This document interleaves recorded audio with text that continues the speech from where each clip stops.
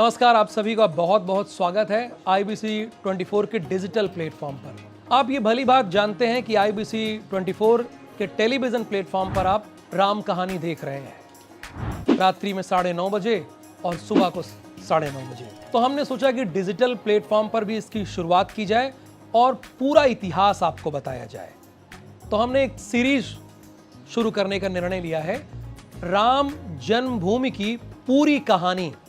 ये आपको IBC 24 के इसी डिजिटल प्लेटफॉर्म पर मिलेगी, अलग अलग एपिसोड पर। तो हम आज पहला एपिसोड आपके लिए बना रहे हैं। तो इस बात को आप अच्छे से जानते हैं कि राम की गूंज सिर्फ भारत में नहीं, अब विश्व के कोने कोने में हो रही है। इसका जीता जागता प्रमाण भी है कि जिस दिन प्राण प्रतिष्ठा की जाएगी, यानी 22 जनवरी 2024 को उसका लाइव प्रसारण न्यूयॉर्क में टाइम स्क्वायर है, वहां पर किया जाएगा और इसके साथ पूरा विश्व देखेगा। यानी राम की गूंज से भारत ही नहीं, पूरा विश्व गूंज रहा है। तो अब आपके मन में एक सवाल आता होगा, जितने हमारे युवा पीढ़ी हैं या और भी साथी हैं, उनके मन में एक सवाल जरूर होगा कि क्या राम से पहले भी अयोध्या थी, और अगर अयोध्या थी तो वो कैसी थी, और राम के बाद कैसे अयोध्या है। आज की अयोध्या तो आप देख ही रहे हैं, प्राण प्रतिष्ठा होने जा रही है। इसके पहले का क्या इतिहास है, तो हम अलग अलग एपिसोड में आपको पूरी कहानी बताएंगे। तो हमने रेफरेंस क्या लिया है वो भी आपको बता देते हैं। हमने वेद का सहारा लिया है, हमने उपनिषद का सहारा लिया है और वाल्मीकि रामायण का सहारा लिया है, और इसको जानने और समझने के बाद आपके सामने हम प्रस्तुत कर रहे हैं। तो सबसे पहले वेदों की तरफ ही हम बढ़ते हैं। तो ऋग्वेद में आपको बता दें कि 9वें, 10वें और 64वें श्लोक में इस बात का जिक्र है कि सरयू नदी, यानी सरयू नदी का जिक्र है, और श्लोक में सिंधु सरस्वती के साथ सरयू नदी को बताया गया है। और इसको तो आप जानते ही हैं कि सरयू नदी के किनारे ही अयोध्या बसी है, यानी ऋग्वेद काल से इसका जिक्र है। अब दूसरे वेद की ओर बढ़ते हैं, अथर्ववेद। अथर्ववेद में संपन्न अयोध्या की पूरी कहानी बताई गई है, संपन्न अयोध्या की। यानी वहां तो सरयू नदी का, ऋग्वेद में सरयू नदी का जिक्र था, लेकिन अथर्ववेद में अगर देखा जाए तो यहां संपन्न अयोध्या की कहानी पता चलती है।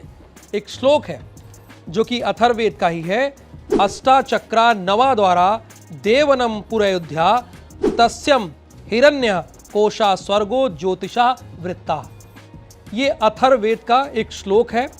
यानी इससे ये प्रतीत होता है कि अयोध्या ना सिर्फ थी, बल्कि संपन्न अयोध्या की पूरी कहानी पता चलती है। तो ऋग्वेद और अथर्ववेद से आपको ये पता चला है।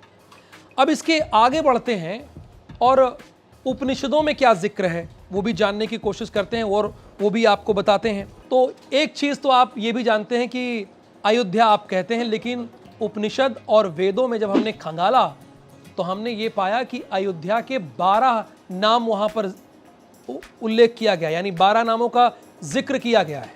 आप तो अयोध्या जानते हैं, लेकिन अयोध्या हमारे पुराणों में, हमारे वेदों में 12 नामों से जानी जाती थी। अब वो 12 नाम कौन कौन से हैं मैं आपको एक बार बताता हूँ, ये जानना बहुत ज़रूरी है आप सभी के लिए।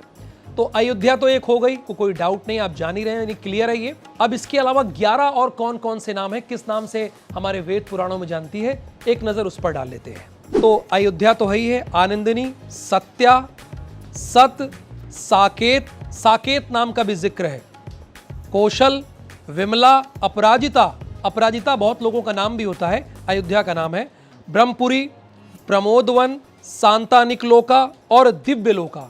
ये वो 12 नाम हैं जो हमारे उपनिषद और हमारे पुराणों में इनका जिक्र मिलता है। यानी अयोध्या वेदों और उपनिषदों के जरिए 12 नामों से जानी जाती है।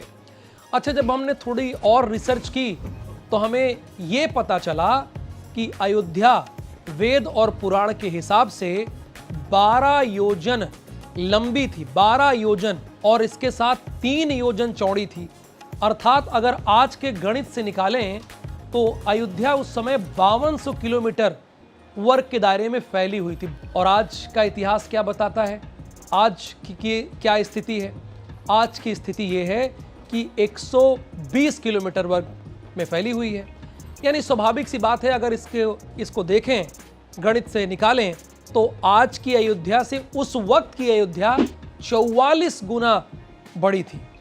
और सोचिए कितने सालों तक हम 2.77 एकड़ के लिए लड़ते झगड़ते रहे।